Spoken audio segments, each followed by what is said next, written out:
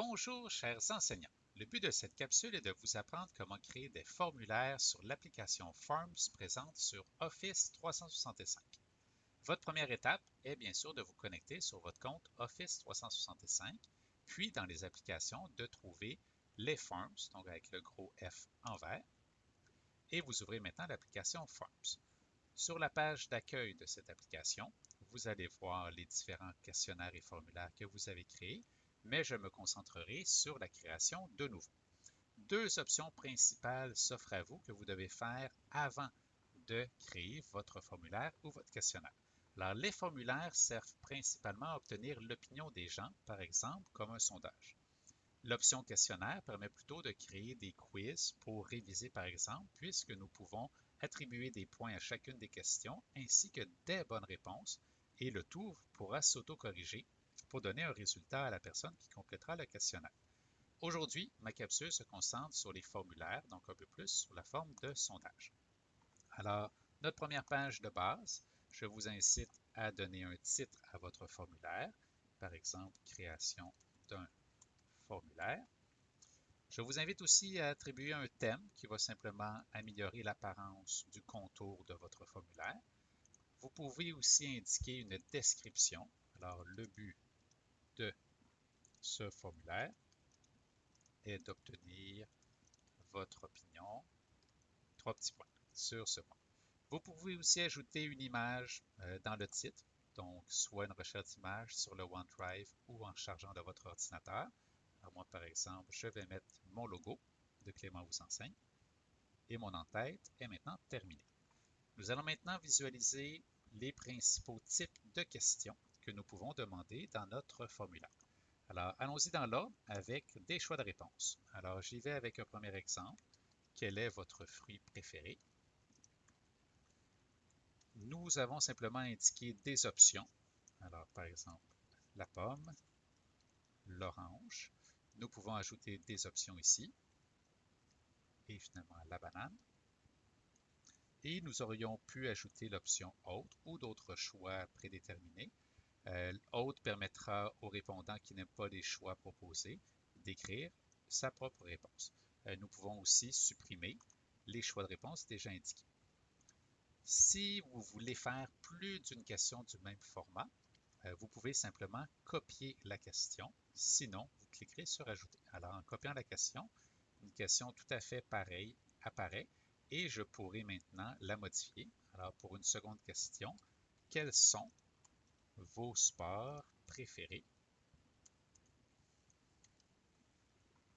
Allons-y maintenant en changeant les réponses. Donc, par exemple, le ski, le tennis, le football. Je vais ajouter une option pour le basketball, ainsi que l'option autre. Tout à l'heure, je pourrais vous montrer dans l'aperçu à quoi ça ressemblera. Donc, mon intention en mettant ma question au pluriel était de pouvoir cliquer sur plusieurs réponses. Vous voyez maintenant que les petits ronds sont rendus des carrés et permettra donc de cliquer sur plus d'une réponse. Donc, les petits ronds, un seul choix. Les petits carrés permettent plusieurs réponses. Petit fait à noter aussi est que nous pouvons changer l'ordre des questions simplement en cliquant sur les flèches en haut ou en bas et nous pouvons l'effectuer à n'importe quel moment dans notre création. Un autre type de question est l'option texte. Alors, c'est pour créer une question ouverte. Alors, par exemple, que faites-vous dans vos temps libres? Et la personne pourra répondre en une phrase à cette question sans avoir de choix de réponse. Nous pouvons cliquer sur réponse longue pour permettre un petit paragraphe. Un autre type de question est l'évaluation. Alors ici, ça peut être très intéressant lorsque nous demandons une appréciation. Alors par exemple, quelle est votre appréciation de ce film? Alors la personne pourra noter le film sur 5 étoiles. Il est à noter que nous pouvons changer le nombre de niveaux de 2 à 10 et que si nous aimons moins les étoiles, nous pouvons choisir des nombres. Allons-y maintenant avec l'option date. Si j'y vais avec un exemple un peu plus professionnel, alors supposons que nous écrivons à nos collègues. Alors, quelle date préférez-vous pour notre prochaine rencontre? Je vous montrerai dans l'aperçu que nous pourrons voir le calendrier pour réellement choisir la date que nous préférons. Et allons-y avec un dernier exemple de question. Donc, nous pouvons cliquer sur la flèche ici. Il y en a d'autres, mais la dernière que je vais vous montrer, c'est le classement. Alors, l'option de classement permettra de changer l'ordre en répondant aux questions pour les placer dans un ordre de préférence.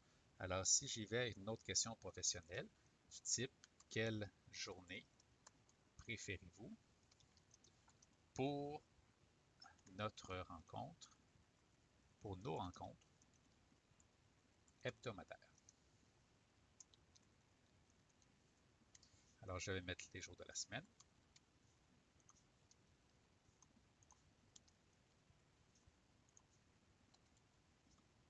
Et vendredi. Il est à noter que pour toutes les questions, nous pouvons changer l'ordre simplement en allant sur les petits points et glisser les choix de réponse si nous le souhaitons. Alors, je m'en tiendrai ici pour le type de question. Il est à noter qu'à n'importe quel moment dans la création, vous pouvez cliquer sur le bouton « Aperçu » pour voir ce que les répondants verront justement lorsqu'ils passeront votre formulaire. Alors, vous voyez que les puces rondes permettent un seul choix de réponse, que les petits carrés permettent plusieurs choix. Alors, par exemple, ici, j'aime le baseball. Que faites-vous dans vos temps libres? Je crée des capsules pour le web. Mon appréciation de ce film est de 4 étoiles. Voici maintenant la question sur la date. Alors, si je clique sur le petit calendrier, nous voyons réellement un calendrier qui apparaît. Je peux choisir ma date qui s'affichera. Et maintenant, pour l'option de classement, nous voyons que nous pouvons glisser les choix dans l'ordre que nous souhaitons ou nous pouvons utiliser les flèches sur le côté. Et à la fin, si je suis un répondant, je pourrai cliquer sur « Envoyer ». L'option d'aperçu avec l'appareil mobile est aussi disponible. Je clique sur « Précédent » pour revenir à la modification de mon questionnaire, qui est maintenant terminé. Il ne reste plus qu'à le partager en copiant le lien et en l'envoyant, par exemple, par courriel. Vous savez maintenant comment créer un formulaire de base sur Forms présent dans Office 365.